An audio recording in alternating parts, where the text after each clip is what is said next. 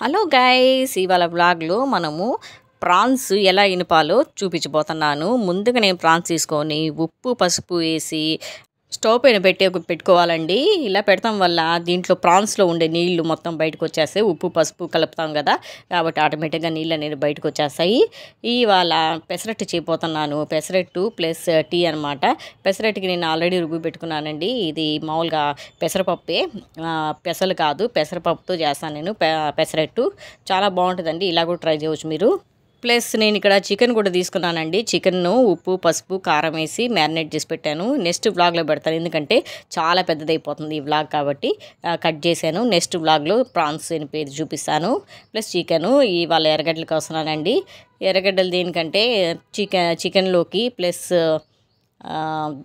పెసరట్లు కూడా వేస్తాను నేను అప్పుడప్పుడు. పెసరట్టు, పచ్చిమిరపకాయలు, తర్వాత అల్లం వేసి చేస్తే బాగా సూపర్గా ఉంటుందండి పెసరట్టు.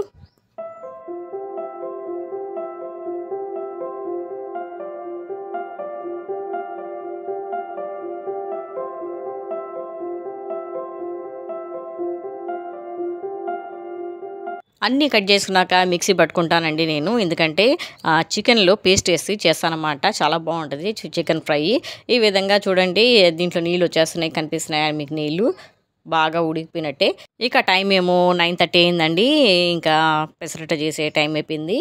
పెసరట్టు ఈ విధంగా పిండి తీసుకొని ప్యాన్ ముందరే వేడి చేసుకొని పెట్టుకోవాలి. అంటే దీంట్లో కొంచెం ఉల్లిపాయ వేసుకొని రుద్దుకుంటే చాలా బాగుంటుందండి టేస్ట్. ఈ విధంగా దోశ బెటర్ లాగే చేస్తాను నేను, కాకపోతే కొంచెం గరుగ్గా చేస్తాను. కొంచెం బియ్యం వేసి చేస్తాను అన్నమాట, ఎందుకంటే ఉట్టి పెసలు తింటే మళ్ళీ పొంటికి అంటుకుంటుందని చెప్పేసి కొద్దిగా బియ్యం వేస్తాను నేను. ఈ విధంగా పెసరట్టు వేసి చక్కగా దోశపిండిలాగే చేస్తాను. దోశ ఎలా వేస్తాం అలా చేస్తాను అన్నమాట.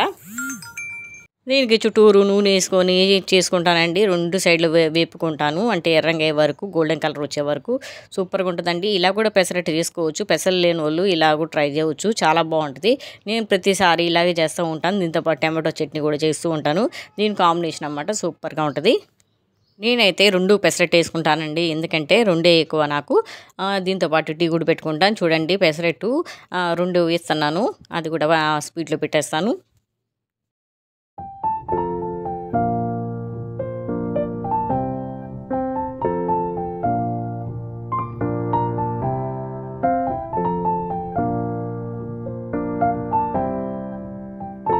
పెసరట్టు రెడీ అయిపోయిందండి. నేను ఆల్రెడీ సర్వింగ్ ప్లేట్లో తీసుకున్నాను. దీంతో పాటు టమాటో చట్నీ వేసుకున్నాను. సూపర్గా ఉంటుందండి, ఎంజాయ్ చేయండి.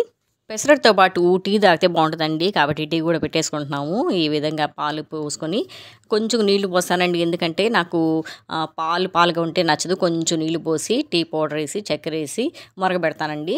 దీంతోపాటు అల్లం కూడా వేసుకునే వాళ్ళు వేసుకుంటారు, పొడి చేసుకొని, లేకపోతే అల్లము దంచుకొని కూడా వేసుకుంటారు. ఈ విధంగా నీళ్లు పోసుకొని చేసుకుంటున్నాను. ఈ విధంగా అయిపోయిందండి, మన ప్రాన్స్ రెడీ అయిపోయింది. ఇంకా మిక్సీలో కూడా పేస్ట్ ఆల్రెడీ చేసి పెట్టాను, జింజర్ గార్లిక్ పేస్ట్. నెక్స్ట్ వీడియోలో పెడతాను ప్రాసెస్. ప్రాన్స్ అనమాట, నెక్స్ట్ వీడియో ప్రాన్స్ ఫ్రై పెడతాను. ఈ విధంగా అయిపోయిందండి. టీ మరుగుతుంది, 5 మినిట్స్లో మరిగిపోతుంది. ఈ విధంగా తిప్పుకుంటూ, ఎందుకంటే చిన్న గిన్నె కదా, గబానా పైకి వచ్చేస్తుంది, కాబట్టి చిన్నగా సిమ్లో పెట్టి చేసుకోండి చక్కగా, ఎందుకంటే పాలు అనేవి పచ్చివాసన రాకుండా ఉండాలి. 2-3 పొంగులు వచ్చినాక రెడీ అయిపోతుందండి మన టీ. అంతే అండి, ఈ బ్లాగ్ ఎంత ఎండ్ చేస్తున్నాను. ఈ బ్లాగ్ కానీ మీకు నచ్చినట్టు అయితే లైక్ చేయండి, షేర్ చేయండి, మరి సబ్స్క్రైబ్ చేయటం మర్చిపోకండి. మరిన్ని వీడియోస్ కోసం చూస్తూ ఉండండి. Home delight signing off, Rekha. Bye bye.